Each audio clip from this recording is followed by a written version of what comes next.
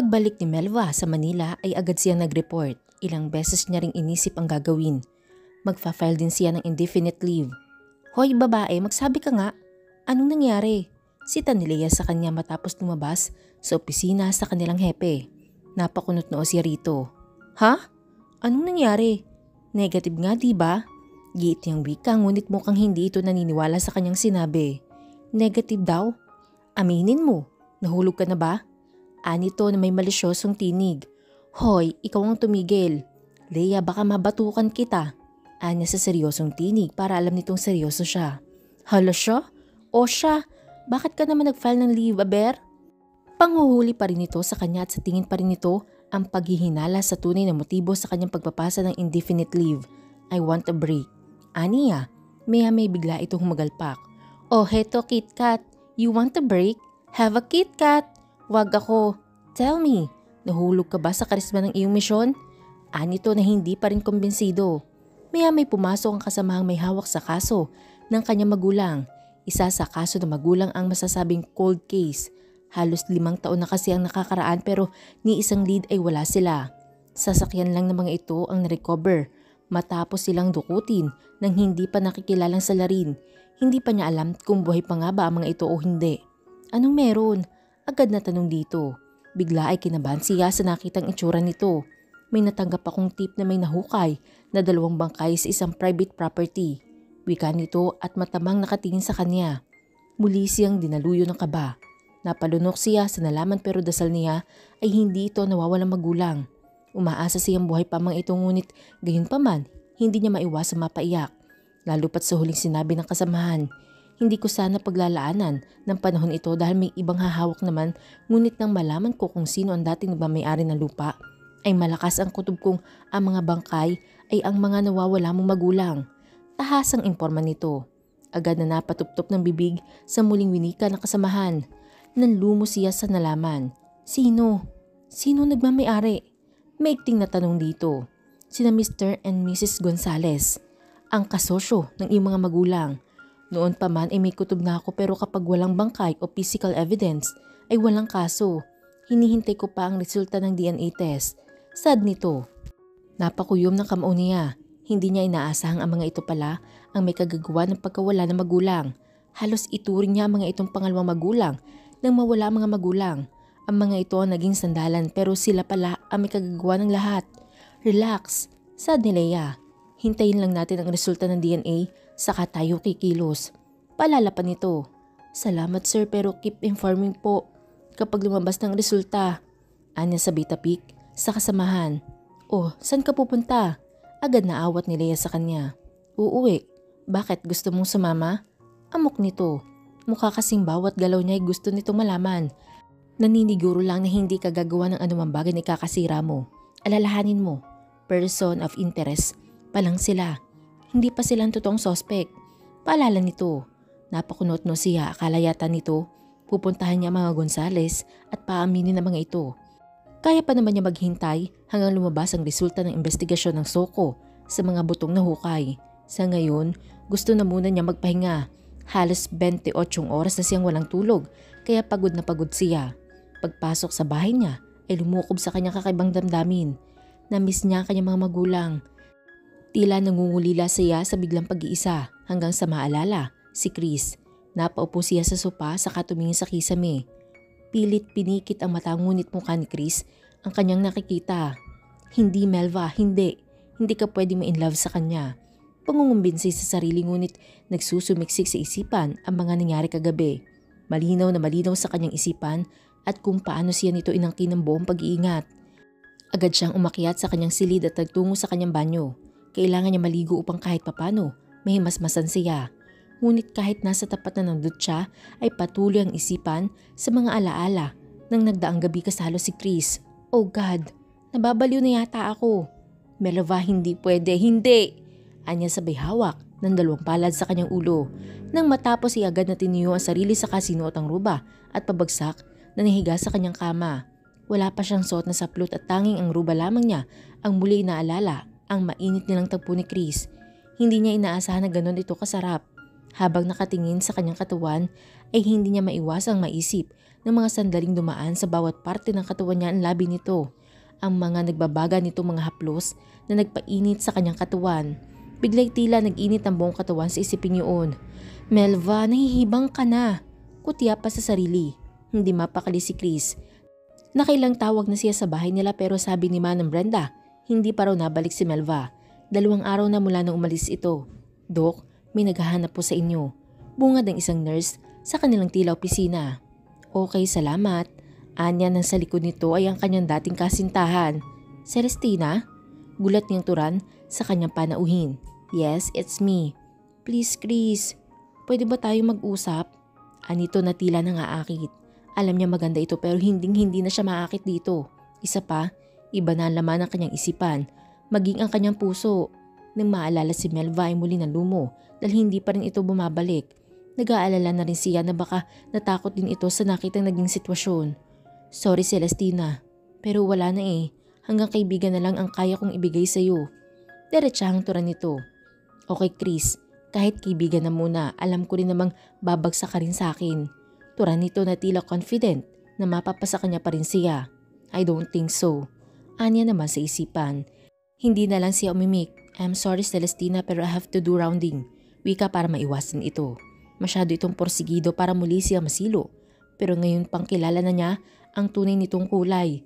Nang matapos niya mag-round ay muli siyang tumawag at buti na lamang si Fatima ang nakasagot. Kasi nahihiya na siya kay Manang Brenda at baka kung ano nang isipin nito. Hello sir? Anito? May ibibilin po ba kayo? Untag pa nito. Yes, hello? Itatanong ko lang kung naririyan na si Melva. Naku sir, wala pa po pero narinig ko kanina. Putol na wika ng kasambahay nang agad siyang sumaba dahil na-excite siya. Talaga? Sabad na ikinatigil nito. Opo sir, tumawag kay Manang Brenda na huwag daw mag-alala at maayos lang po siya. Hindi pa raw alam kung kailan babalik. Tugon ng kawaksi dahilan para mapalis ang excitement na naramdaman. Sa narinig ay agad siyang nagpaalam sa kausap. Tila wala siyang gana. Nahihiya naman siyang kunin kay Manang Brenda ang number nito. Matuling natapos ang isa na namang linggo. Katatawag lang na magulang na mag-extend daw ang mga ito ng bakasyon sa Palawan. Maayos naman daw ang lagay ng papa niya at natutuwa pa nga raw ito dahil sa bagong kapaligiran kahit papano masaya siya para sa magulang. Ayaw niya sanang umuwi sa mansyon nila dahil wala naman siyang gagawin roon. Pero gaya ng sabi ng magulang kailangan niyang umuwi roon every weekend. Lalo na ngayon at hindi pa nakakabalik ang mga ito at kailangan ibigay ang mga sahod ng kanilang kawaksi.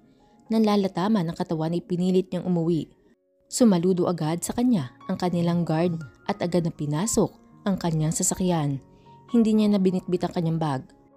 Wala na siyang lakas para magbuhat. Hindi na rin siya nagbukas pa ng ilaw dahil aninag naman niya ang kanyang daraanan mula sa ilaw na nakapalibot sa kanilang bahay. Na makapasok agad na hinubad ang damit at pantalon at tanging boxer shorts na lang ang natira at padapang nahiga sa kama ngunit pagdapa niya ay tila may matigas na bagay siyang nakapa sa kanyang kama. Agad siyang napatayo at nanghawiin niya ang kanyang kumot at nakita roon na maganda mukha ni Melva. Bigla siyang napangiti at natuwa sa pagdating nito. Tila natanggal lahat ng pagod niya na makita ito. Mabilis siyang lumapit dito at hinaplo sa mukha nito. Naroon nga ito at hindi lamang imahinasyon. Hinarikan niya ito sa noo. Ibang ligayang dulot na makita ito. Dahilan na nabatid sa sarili na mahal niya ang babae. Muling ginawaran ng halik saka nagtungo sa banyo. Agad na pabalikwas ng higa si Melva nang marinig ang pagsara ng pintuan ng banyo ng lalaki. Hindi niya namalayang napapangiti siya. Hindi man maamin sa sarili batid niyang mahal niya ito. Ibang sayang dulot nito. Napasilaho palad sa nakangiting tinginan ang pintuan ng banyong pinasukan nito. Na maramdaman niya yabag nito ay agad siyang nahiga sabay talokbong ng kumot.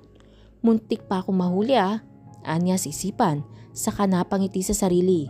Ilang araw ding pinigilan ni Melva ang sarili hanggang sa nakita na lamang ang sarili sa bus station pabalik sa probinsya ng kanyang yaya Brenda.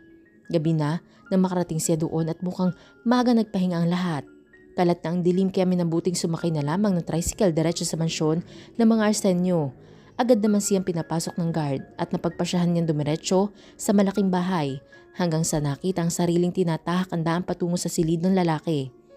Napangiti siya makapasok roon. Bakante ang kama at napangiti siya habang haplos-haplos ang malambot na kama. Sa kamang iyon na wala ang kanyang pagkababae at masaya siyang dito niya iyon na ipagkaloob. Nagpasya siyang maghintay sandali kung darating ba ang lalaking hinihintay. Nang tila hindi uuwi ito, ay nagpasya na lang siya matulog na lamang. Agad siyang nagpalit ng pantulog at pabagsak na bumalik sa kama. Bukas na lamang siya magpapakita sa kanyang yaya.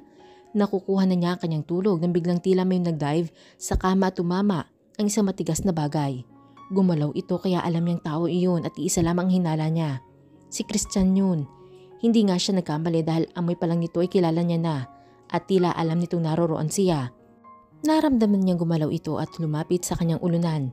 Nagpanggap siyang tulog at namaramdaman itong lumayo at narinig ng pagsara ng pinto'y agad siya napabalikwas. Napaupo siya at napangiti habang nakatingin sa nakapinid na pinto na pinasukan ng lalaki.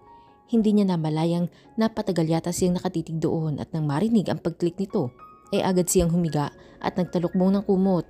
Excited sa muling pagkikita nila para siyang teenager na katabi ang kanyang crush sa umaahong damdamin para dito. Sa loob ng kumot ay hindi niya mapigil ang mapangiti. Muli ay tila tatalo ng puso sa sobrang kaba. Naramdaman niya ang paglundo ng kama at pagtaas dito ng kumot at halos mapatalon siya sa kabiglaan nang maramdaman ang pagkapulupot ng kamay nito sa kanyang baywang. Ramdam na ramdam ang pananabik nito. Hindi man niya isipin, sa pagdantay pa lamang ng kamay nito ay nag-init ang kanyang katawan. Pasimple siyang humarap dito at nakitang napakislot ito sa biglaan niyang pagharap. Nakapikit man na mata ay ramdam na ramdam niyang titig na titig ito sa kanyang mukha. Tila nais niya magsisi sa kapanghasang ginawa. Napalunok si Chris na makitang ang magandang mukha ng babaeng kasama sa kama. Bakas din ang pagod sa mukha nito. Hahawakan sana niya ang mukha nito nang kumilos kaya napatigil siya. Hindi niya natagalan ang mainit na titig ng lalaki nung bumalik siya sa dating pwesto. Doon, kahit papano, nakahinga siya na maayos. Pagod din si Chris kaya niyakap lang ang babae saka pumikit. Nang maramdaman ni Melva ang mahihinang paghilik ng lalaking nakayakap sa kanya ay napangiti siya at doon ay gumalaw siya nang tiningnan ang mukha nito. Mukhang puyat at pagod ito. Sa bagay doktor ito habang tinititigan ito ay hindi niya maiwasang isipin kung ano nga bang tunay nitong kalagayan. Doktor ito pero hindi nito magamot ang sarili. Maya-may nagsimula itong umungol. Nahabag siya, lalo pat papabilis ang pag-ungol nito na tila may humahabol. I'm sorry, Dayan. I'm sorry. Please forgive me. Usal nito. Agad niyang tiningnan ang mukha nito pero tulog na tulog ito. Sino si Dayan? Ang agad na tanong sa sarili. Maya-maya ay sumungaw ang luha sa mata nito.